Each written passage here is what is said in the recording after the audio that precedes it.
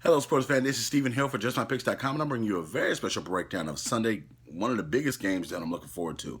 The Bengals taking on the Steelers. This is going to be a big rematch. Before I get right into that, make sure you're subscribed to the YouTube channel so you can get all the updates each and every week from Just My Picks on YouTube channel. So now, without any further ado, let's hop right into it. This game is going to be a slobber knocker. You look at the NFL suspending literally Pac-Man Jones. I mean, not Pac-Man Jones.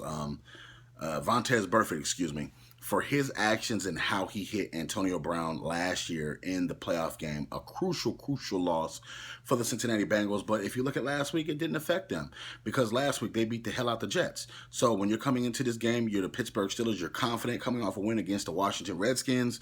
You did so many things well, even without key wide receiver and key running back, a la what they did was still impressive. Even going away from Josh Norman and embarrassing cornerbacks for the Redskins, embarrassing safeties for the Redskins, running the football outstanding, scoring multiple times with Antonio Brown and D'Angelo Williams.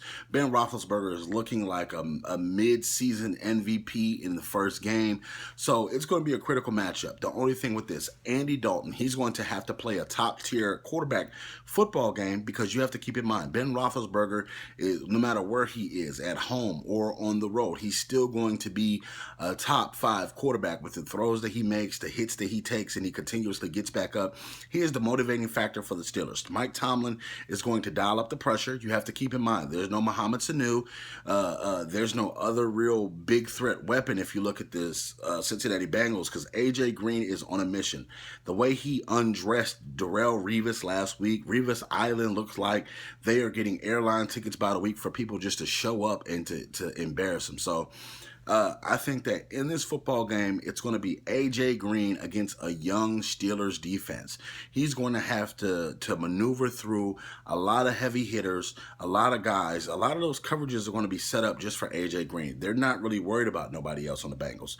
You know that you have the two-headed running back with Giovanni Bernard, and literally when you look at the Bengals run game, it has to be Jeremy Hill to take the reins and him to really force the issue and tell Marvin Lewis that he wants to run the football. So Andy Dalton down 2 big receivers, and he's got the run game still, but overall, the Pittsburgh Steelers offense is going to make this a shootout. Antonio Brown, I don't know if they have anybody on the Bengals defense that can slow him down.